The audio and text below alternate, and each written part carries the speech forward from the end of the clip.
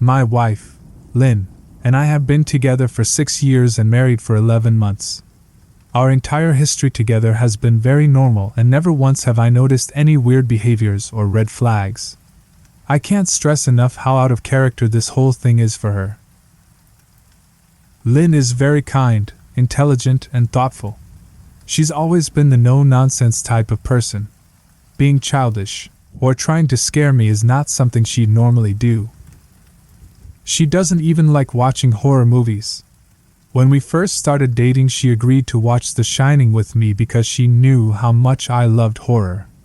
She was so scared that she didn't even make it through half of the movie before we had to turn it off.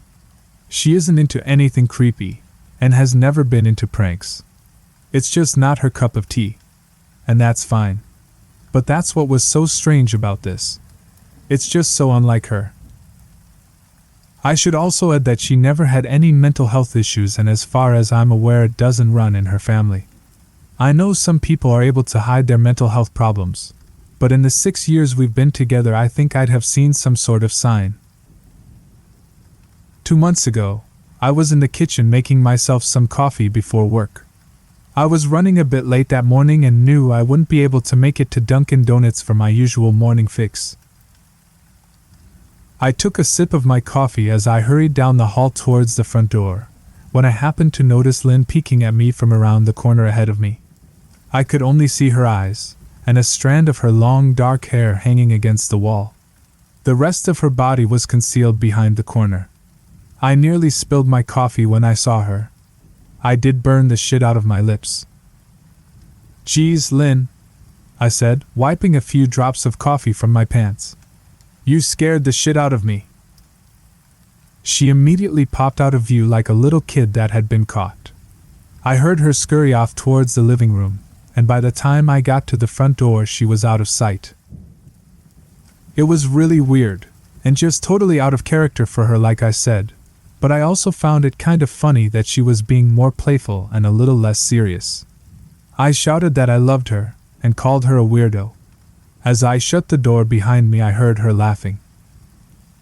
Her behavior was a bit odd, but it certainly wasn't something to call a priest over. I forgot about it by lunch, and by the time I got home she was her normal self. I didn't bring it up and neither did she, and life went on. The next incident happened 3 days later. It was around 2 a.m. and I had woken up to get a drink. I was standing at the kitchen island, jug of OJ in hand, when I felt a strong feeling that I was being watched. For whatever reason I looked down at the floor and saw my wife's smiling face staring back. She was peeking at me from the other side of the island, staring up at me with wide unblinking eyes and grinning like the Cheshire Cat. I screamed, I'll admit it. Not out of irritation but fear. For some reason at that moment I was scared. At the sound of my scream Lynn scuttled backwards out of my view, her hands and feet smacking the tile floor as she hurried out of the kitchen on all fours. I didn't run after her, or even yell after her. I just stood there frozen in shock, wondering what fuck had possessed her to do that. It took me a little longer than I'd like to admit to go back upstairs, but I eventually did. When I got to our bedroom, Lynn was lying on her side asleep, or at least pretending to be. I stood there for a while, watching her breathing to be sure she really was asleep. I had the feeling she might jump out at me the moment I got into bed, but she didn't. I climbed into bed and she didn't even move. Her breathing was soft and deep, and I was starting to wonder if I'd dreamt the whole thing. The next morning I waited for her to come down for coffee, and after handing her a mug and kissing her cheek I decided to ask her about it. "What was that about last night?" I asked, keeping my tone light so I didn't offend or embarrass her. She frowned over her cup of coffee, shaking her head like she had no clue what I was referring to. "You were peeking at me again. From over there," I said, pointing to the spot on the floor by the kitchen island. She followed my gaze, and when she looked back at me she burst out laughing.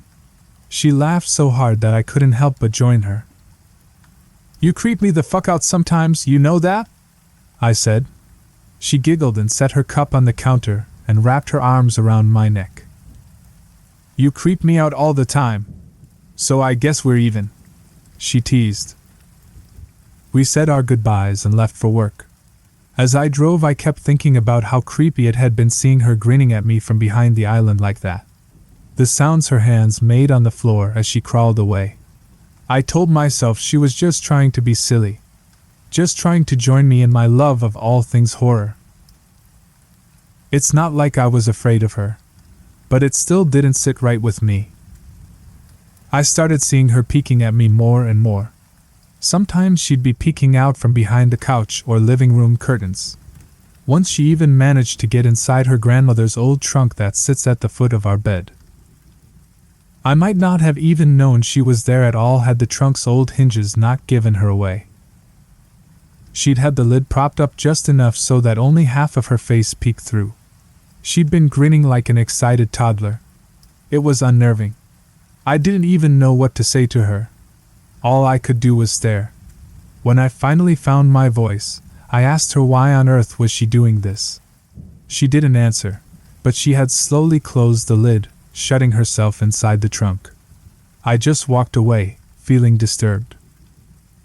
I didn't understand why she was doing it, but it clearly made her happy. I just hoped she would tire of the game quickly. Lynn didn't peek at me for the next 2 weeks. I started to think she was done with her weird prank and I was relieved. We were watching a show on Netflix one night, and I jokingly said that I hadn't seen her peeking at me lately, and that she must have given up on her spy game. She looked up at me with a small smile and said, "Maybe I've just gotten better at it." I didn't say anything, but I wondered whether or not she was joking. For the next few days I couldn't stop thinking about what she'd said. Was she still peeking at me when I wasn't looking and I just hadn't noticed? And if so, what the hell was she getting out of this? I started to feel paranoid, constantly checking whether she was watching from around the corner, or behind a door. I was jumpy whenever I was home and she wasn't in full view of me. I felt stupid and a little crazy. But after a few weeks without another incident, I began to relax. I stopped checking behind furniture and walls and told myself it was just a bad memory. Then a few days ago things got so much worse. Lynn left to go to a friend's, and I lounged on the couch and played a couple games on my laptop. Around 9 p.m. I hopped in the shower, and as I was washing the soap from my hair, I felt that awful feeling that I was being watched. I slowly opened my eyes and almost had a fucking heart attack. Lynn was peeking from behind the shower curtain, her entire head stretched into the shower, leaving just her body outside. Her long dark hair hung against the curtain, the ends dripping with water. Her mouth hung open in a terrible grin, eyes wide and red, as if she hadn't blinked in a while. I screamed and jumped back against the wall. She didn't move, nor did her smile waver. Her makeup ran down her cheeks in 2 black streaks. She looked giddy and completely deranged. I was fucking terrified. We stood like that for a few moments, neither of us saying a word. Finally, after what felt like forever, she slowly pulled her head back out of the shower, and I watched her blurry figure through the curtain as she moved backwards towards the bathroom door. A second later, the bathroom door slammed shut, hard enough to rattle the mirror. I screamed again, and jumped out of the shower to lock the door. I stayed inside the bathroom for over an hour. Maybe I overreacted to some of you. But joke or not, I wasn't going to put up with the crazy shit anymore. That's what I kept telling myself as I paced in my bathroom, stopping to listen at the door every few minutes. Suddenly I heard a muffled sound, and I pressed my ear against the bathroom door, straining to listen. I couldn't hear anything, but I envisioned Lynn standing on the other side of the door, giggling at her joke. I felt a surge of anger. I was beyond pissed at being made to feel scared in my own house, and made to hide in the bathroom for an hour. All for what? Some joke? If it was a joke, it was an awful one. What the fuck, Lynn? I snapped.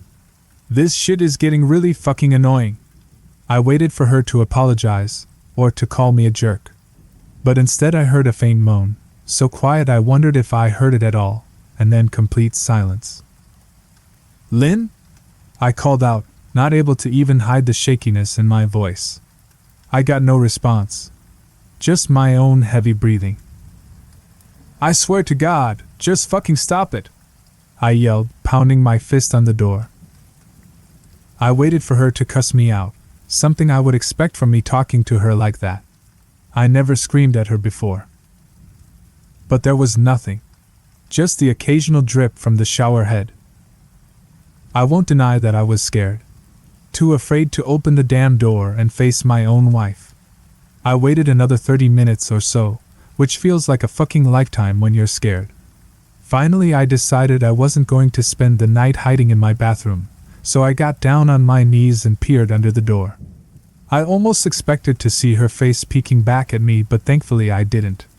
I could see straight down the hallway to the top of the stairs, but no Lynn. I didn't know if I should be happy about that or not. I looked for a few minutes, waiting to see her head pop up over the top step, but it never came. I stood up, my hand hovering over the door, and mentally prepared myself to open it. I slowly turned the lock with shaky fingers, and was about to yank it open when I heard a sound that still makes me feel nauseous when I think about it. A moan, louder than before, but this time I was able to tell just where it was coming from. I turned my head to the closet door as if in slow motion, and locked eyes with my wife, who was peeking out at me from the slight gap. Her eyes were still wide as ever, and her mouth was hanging open in the most grotesque gaping smile I'd ever seen. I didn't even scream. I was too scared for even that. Her hands were clasped to her chest, body trembling with sheer delight, as if she could barely contain her excitement. A short raspy moan bubbled up from her throat, deep and raw, sending a shiver through my entire body. Somehow I found the ability to pull the bathroom door open and ran as fast as I could all the way down the steps, snagging my keys and phone from the table in the living room before running outside to my car. I could hear her shrill laughter behind me, but I didn't hear her getting closer. I didn't bother shutting the front door. I drove away from the house faster than I legally should have, shivering the entire time, either from fear or the cold. Maybe a little of both. I hadn't grabbed a coat or even a pair of shoes. I was still in my boxers and my hair was still damp. I drove straight to my brother Chris's house about 40 minutes away, ignoring any and every call and text I got. I didn't check my phone until I was safely parked in my brother's driveway. Lynn had called 4 times and sent a flurry of texts, all wondering where I'd gone and why I left. Like that. I threw my phone at the dash in a rage, furious at her nonchalant attitude. My brother and his wife were surprised to see me, especially dressed in just a pair of boxers, but told me to stay as long as I needed. Chris lent me some clothes and asked me what happened. I told him Lynn and I had a fight, but didn't get into the details. I didn't want him to think I was overreacting, leaving my wife over a prank, even if it was a strange one. I mean, hadn't I encouraged her for years to lighten up instead of being so serious all the time? I had wanted her to relax and loosen up, but this was definitely not what I'd had in mind. I tried to sleep on their sofa, but my brain wouldn't let me sleep.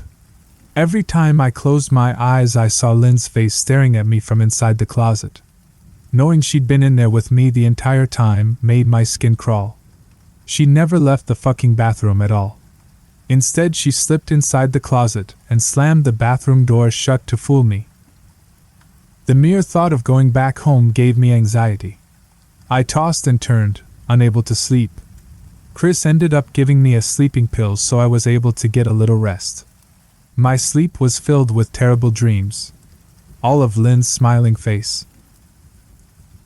I woke up just as the sun started to rise. My sore body ached from the sofa, and I felt drained. I knew I'd have to call Lynn at some point, but I didn't know what to say to her.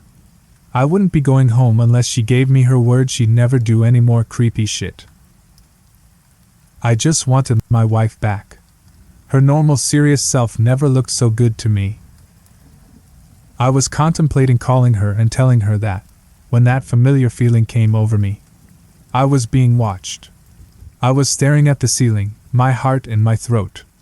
I didn't want to look away, but the longer I ignored the feeling, the worse it got. My eyes drifted away from the ceiling almost on their own. Her face was pressed up against the window beside the couch, staring down at me with that same gaping smile. Drool dribbled down her lips, leaving 2 long streaks down the glass. I didn't know how long she'd been there, but something told me she'd been there quite a while, possibly all night. I didn't bother screaming, though I was afraid anger trumped any fear I felt at that moment. I jumped up from the couch and pounded my palm against the glass. "Lynn! Are you crazy? What the hell is wrong with you? Just go home!" I shouted. "Now!" She didn't move, and her ghastly expression never changed. If anything, her smile only grew, as if she had never been more elated. I could hear Chris and his wife moving around upstairs. As if Lynn could hear them from her place outside, her head twitched slightly in their direction, and she began to close her mouth slowly. Chris called my name from upstairs, obviously concerned. I turned to see him, and his wife Rebecca hurrying down the steps. When I turned back to the window, Lynn was gone. The only sign she'd been there at all was the 2 streaks of drool still dripping down the glass. I tried explaining to Chris and Rebecca about waking up to see Lynn watching me through their window. They were skeptical. Who wouldn't be? Chris and I went outside to the spot in front of the window, but there were no footprints in the dirt, just a slight indent. Animal probably, Chris guessed, and I didn't argue. He and Rebecca assumed I dreamt the entire episode, but they didn't understand, and I was too tired to explain it to them. I called out of work that day and turned my cell off. I didn't want to face Lynn. Just talking to her was too much for me at that point. I really started to believe something was irreversibly wrong with her. That no matter what promises she made, we'd never be the same again. The thought saddened me to my core. I cried most of the morning. By noon I figured I was ready to confront her. Give her one last chance to explain herself. I could at least give her that after 6 years, I told myself. I turned my phone on and saw the dozens of texts she'd sent, all from a seemingly concerned wife. "Can we talk? I love you.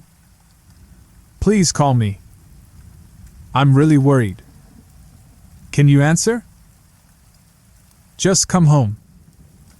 And more of the same. All texts telling me she loved me, and she wanted me home. How worried she was. Not a damn when addressing the crazy shit she pulled. Like she hadn't been acting like a character from a Stephen King book. Even her texts were different. She normally texted novels just to tell me to pick up a loaf of bread. You'd think she'd have more to say to me after her bizarre shenanigans. I know it probably seems childish to some of you who are miles away from this situation. But if you saw the way Lynn had looked at me, how she scampered away on all 4s like some wild animal, grinning at me from inside the closet like a lunatic, then I think you'd find my reaction was warranted. I ended up staying with Chris and Rebecca for another night.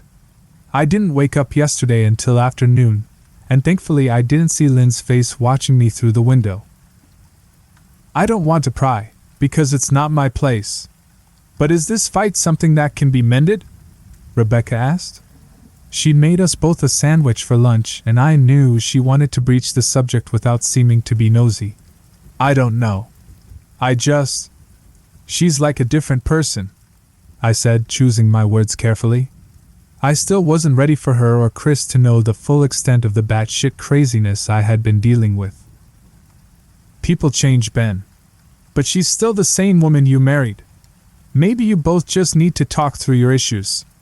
Whatever's going on, I'm sure it can be fixed, she said, ever the peacemaker. I think it's beyond that now. I don't think talking would help. I just don't trust her, I said. The words stung in my heart. I missed and loved my wife. But how could I live with someone like that? Living in constant fear didn't sound too appealing. Lynn loves you. She has to be absolutely crushed, she said. I don't know about that, I said. Well, she certainly seemed like it to me. I've never seen her so upset. Very much unlike the Lynn I know, Rebecca said, shaking her head sadly. It took a full minute for her words to really sink in, and when they did, I felt dread worming its way through my skin. Wait. What do you mean? You saw her? You saw Lynn? I asked, my mouth suddenly dry. Rebecca nodded casually as if that fact wasn't nightmare fuel. Maybe for her it wasn't. She stopped by this morning just after Chris left for work, she said, cleaning the plates from the table. I didn't see her car though. Maybe she took an Uber or something. Beck, what did she say? Did she come inside? I asked, sweat starting to break out on my forehead. I began looking around, examining corners as though a predator lurked behind them. No. She just asked if you were awake yet, and I said that you weren't. I asked if she wanted me to wake you, but she said no. Just said to let you sleep, she said as she washed the dishes. That's all? She didn't say anything else? I asked. No. She looked awful though, like she hadn't slept in days. I think you should call her. I got up from the table and thanked Rebecca for lunch. I felt a little bit better at the knowledge that at least she hadn't come inside. Still, I needed to double-check that the doors were locked. I sat for a while trying to figure out what to do next. I didn't want to go home, but I felt that I owed it to Lynn to help her if I could. Hadn't I swore an oath to love and honor her through sickness and in health? Clearly she was very sick. If she was sick, which I truly believed she was, I had to try and get her the help she needed. But I didn't even know where to start. I didn't want to call the police, and besides, what the hell was I going to tell them? That my wife was peeking at me? That she was being creepy? As bizarre as she'd been, she still hadn't committed any crime. Not yet anyway. The police would have probably said that I was overreacting. But this wasn't some prank. It felt wrong. Dangerous even. Like something sinister lurked beneath her smile. I knew as her husband I was well within my rights to have her committed, but what if she simply acted normal in their presence? She'd obviously been able to fool Rebecca into thinking she was just a concerned wife. As long as the doctors didn't find her a danger to herself or others, they'd have no choice but to release her after 72 hours. I felt lost and overwhelmed. So I did what any husband in my position would do. I called her mother. I didn't want to, believe me. Her mother, Marianne, and I were never on the best of terms. We never fought or anything like that. She just wasn't a very warm person, and wasn't really easy to get along with. She hardly ever smiled, and when she did, only her lips would move into a thin-lipped smile, leaving her eyes as blank as before. She gave off this aura that felt like she was permanently on the offensive. I'd only met her twice, and both times were for such short visits. I got the impression she didn't approve of me for her daughter. Lynn always ushered us out quickly, as she didn't want me to feel uncomfortable, which I was grateful for. Being in her mother's company felt almost unbearable. Like walking on glass. I was glad when we moved 3 states away so we didn't have to see her often. I was happy to avoid the woman, but I needed her help.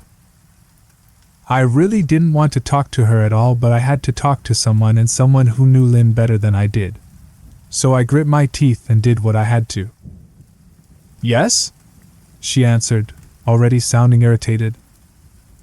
Marianne, it's me, Ben. Do you have a minute to talk? I asked. I could hear her cluck her tongue in irritation. I'm in the middle of writing some checks, but if you insist, I suppose I can spare a moment. What is it that you want to discuss, Benjamin? She said coolly. It's about Lynn. She's been acting strangely, and I was wondering if you had any idea whether there was something. I was quickly interrupted. It's a bit difficult to follow your rambling, Benjamin. What is that you want from me? She asked. I could almost see her standing there in her thin sweater and slacks, tapping her fingernails impatiently on the table. I wanted to know if you'd ever noticed any odd behavior? Or possibly any mental health issues? I asked. There was a long, uncomfortable pause that I couldn't tell was because she was just thinking, or something else. Finally, after a few seconds, she spoke. I'm not sure if this is one of your jokes, Benjamin, but if so, I don't find the humor in it. Now I do have business to attend to, as I've said, so if you don't mind, she said, but I cut her off before she could get rid of me. Marianne, it's not a joke. I'm sincerely concerned about Lynn's mental health. Her behavior has been very erratic lately. I'm very worried about her, and I figured as her mother you would be as well, I said, my frustration evident in my voice. If you're truly concerned, then I suggest you get the health professionals involved. I don't know what you expect of me, she snapped. I could tell she was seconds away from hanging up, and for some reason I was desperate not to let her. I had the feeling that she knew a lot more than she was letting on. Please, if not for me, do it for Lynn, I tried. I heard a faint shaky intake of breath, as if she were trying to hold her steely persona together but failing. Marianne? What's WR-? I started. Benjamin, I don't know what to tell you. My only advice would be to seek professional help. Do not call here again. Goodbye. I tried to call out to her, but she'd hung up. I tried to wrap my head around the call and her refusal to help me. Even if she didn't like me, why wouldn't she want to help her own daughter? I couldn't understand that. I tried to replay the conversation, desperate to find something I missed. After a while I almost gave up, until I remembered her last words to me. Seek professional help, she'd said those words with a bit of urgency. I could have just been grasping at straws, but no, I was sure her voice had changed ever so slightly when she'd said that. As if they were very important. What had she meant? I assumed she'd been referring to medical professionals, but maybe she was referring to someone else. Someone that she didn't, for some reason, feel comfortable saying directly. Or maybe I was just desperate. I waited for Chris to get home, and after a very long and exhausting conversation with him and Rebecca, I convinced them that Lynn truly needed psychiatric help. I didn't tell them everything. I wasn't prepared to go into it yet, but I told them about our last encounter. How she'd hidden in the bathroom, peeking at me from the closet. They were obviously shocked, but thankfully they believed me. They too just wanted to help her. Still, they didn't think it was all that serious. Weird maybe, but not dangerous. They just kept saying that Lynn had to be playing some kind of weird joke. Maybe for YouTube? Rebecca offered, if only half-heartedly. Chris didn't think we should involve the police just yet. He offered instead to go with me, and I readily accepted. He reasoned that calmly talking to her, trying to coax her into going willingly, was the best recourse. I agreed to do it his way. At least I wouldn't be going into that house alone. We drove over this morning, just after breakfast. There was no way I was going at night. When we pulled into the driveway, my stomach began doing somersaults.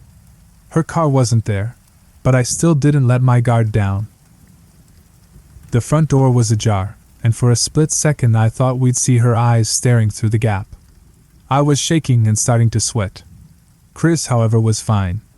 He waited for me to open the door, his hands in his pockets like he was going on a fucking stroll through the park. I envied his ignorance. I pushed the door open and was immediately hit with the stench of rot. Chris smelled it too, and he walked in the house behind me with his nose scrunched up.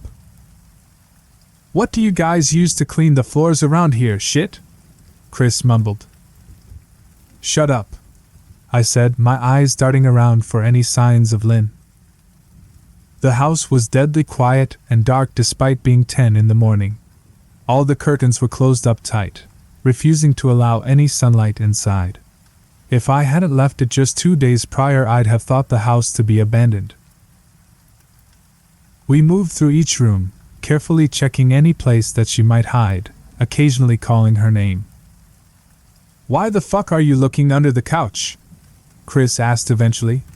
"Aren't we looking for your wife?" He was looking at me like I was a moron. "Let's just go upstairs," I whispered. He shook his head but followed me up the stairs to check the bathroom and spare bedroom. On the way up, my shoes crunched over pieces of glass that looked to be littered over a few of the steps. I noticed that one of Lynn and my wedding portraits that hung on the wall along the staircase had been smashed. The frame hung crookedly, all the glass removed. I stared at the picture, a lump forming in my throat. We had taken the photo just after leaving the church, after saying our vows.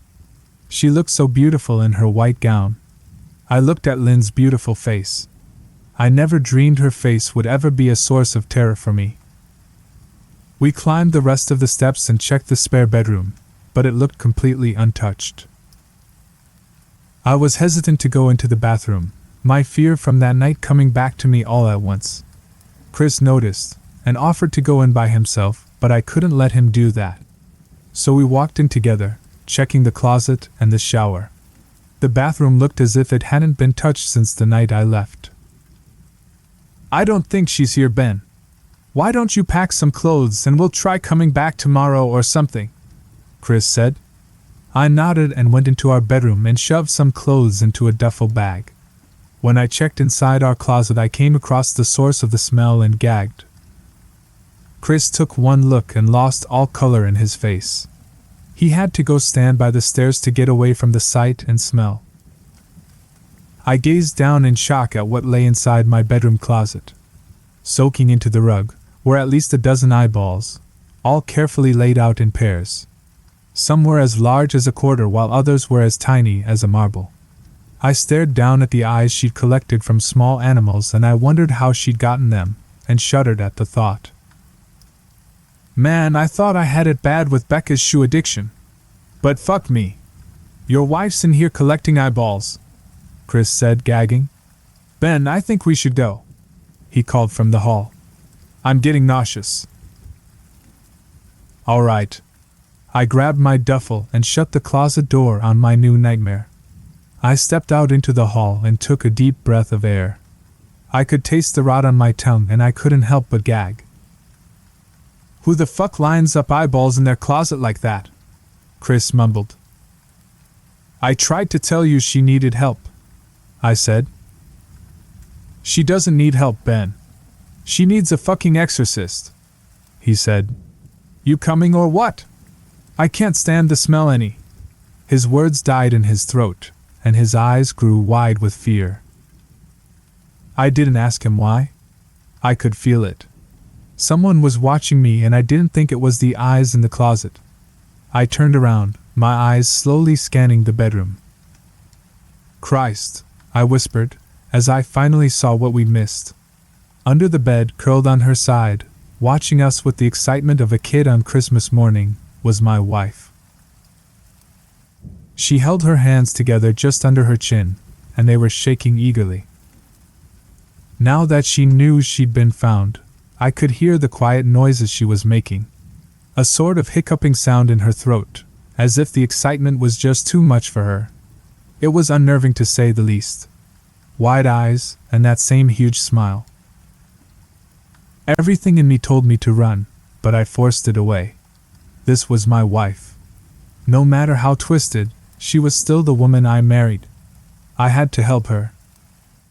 "Lynn," I said softly. She didn't respond, but her head bobbed back and forth in two quick little movements as if she were nodding.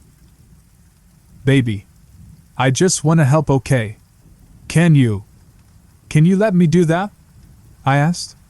I had taken a single step forward, approaching her like some kind of dangerous animal. "I love you, Lynn," I said softly, taking another step closer. She let a tiny moan escape her wide-open mouth, and I had to resist the urge to run. Her shoulders were starting to quiver, and her eyes grew as large as saucers. I crouched down so I could see her better, and immediately saw the blood. Her hands were covered in it. They trembled more the closer I got, as if she was barely able to contain herself. "Lynn, are you hurt? You're bleeding," I said. She bobbed her head again, her bloody fingers moving up and down as if playing an invisible piano. They occasionally grazed her chin, leaving smears of blood on her skin. I wanted to recoil in disgust. The smell that was coming off of her was revolting. I could feel the vomit trying to climb up my throat. Her lips were dry and stretched thin, blood seeping between the cracks. I knew she wouldn't come out on her own, but I didn't want to leave her in the state she was in. I scooted closer and reached out to her. The excited hiccuping sounds got louder and her hands shook, fingers flexing. It was then that I could see the blood oozing from in between her fingers. "Oh my God, Lynn! You're bleeding," I said. Instinctively I reached out to take her hand, but before I could even touch her, her hand sprang out towards me. A sharp pain shot through my arm, and I fell back on my ass. My arm burned, and I could see the blood dripping down onto the carpet. I looked back at her in shock and saw her grinning madly, her fingers clutching a large shard of glass. "You all right in there?" Chris asked from behind me. I turned my head slightly and nodded to him, cradling my arm to my chest. When I turned back to face Lynn, I saw that her focus had shifted. She wasn't looking at me anymore, and she wasn't smiling anymore either. She was staring past me, her eyes glaring at Chris the way a hungry lion might stare at an antelope. Her mouth was still hanging open, but it was twisted into a snarl. I got to my feet and began walking backwards down the hall, afraid to take my eyes off her. "Are you bleeding?" Chris asked. The moment the words left his mouth, Lynn started fast scooting out from under the bed, the glass shards still in her fist. "Chris! Run! Go!" I yelled. He must have been too afraid to move, because a second later I felt my back bump into him. He was still standing at the top of the stairs, staring at the horror that was my wife. Lynn had crawled completely out from under the bed and stood in the bedroom doorway, her face twisted in rage. Her whole body was visibly tense. Blood ran down her fingers and onto the floor. "Jesus, Lynn," Chris said. "You, playing hide and seek?" I reached back and pushed him towards the steps. "Move your ass, Chris," I said as quietly but firmly as I could. Lynn bobbed her head in fast, sharp motions, and began to grin, stretching her mouth open wider and wider so that her chin seemed to touch her chest. I heard Chris mutter a prayer, and then he was running down the stairs. I stood at the top of the steps, stuck between the love for a woman who clearly needed serious help and self-preservation. "I only want to help," I said, choking back tears. Her eyes focused on me once again as she slowly lifted the glass, holding it out in front of her. And then she started sprinting towards me, grinning with utter excitement. Thankfully my body took over and I flew down the stairs, skipping 2 or 3 at a time. I made it to the front door before I felt her leap onto my back, wrapping her arms around my neck, her open mouth next to my ear so that I could hear those terrible hiccuping sounds up close. I shook her off me, knocking her to the floor.